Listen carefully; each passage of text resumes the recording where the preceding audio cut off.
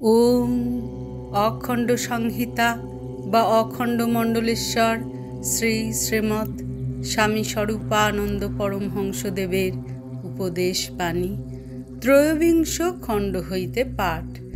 পৃষ্ঠা সংখ্যা 153 ও 154। একদিন তোমাকে কাজ করিতে দেখিবই দেখিব।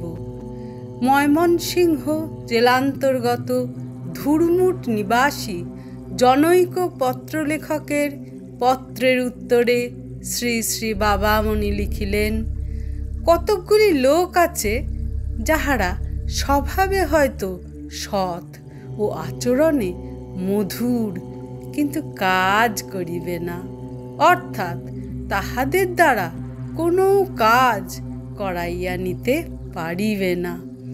এক কথা 5 বার বলিলেও তাহারা না করিবে না, কিন্তু কাজে হাত কিছুতেই লাগাইবে না। বর্তমান ভারতবর্ষের অধিকাংশ লোকের ধাত এই রকমের। চেষ্টা করিয়া হদ্দ হইয়াছি, কিন্তু তবু কাজে লাগাইতে পারি নাই। তাহার একটি জাজল্যমান দৃষ্টান্ত কি তুমি নিজেই নহ? কি সুন্দর সুমিষ্ট তোমার স্বভাব, মুখে হাসি সর্বদাই লাগিয়া আছে। কাহারও নিন্দা চর্চায় তোমার মতি নাই, রুচি নাই। কুৎসিত বিষয়ে তোমার অনুরাগ বা আসক্তি নাই।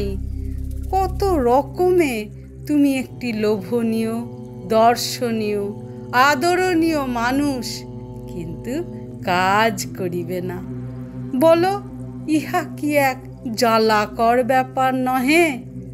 তবু আমি রাগ করিতে পারি না।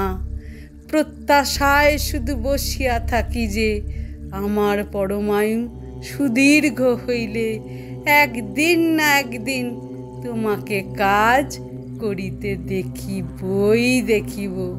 সুতরাং আমি কথা বলা বন্ধ করিব না। হরি ওম।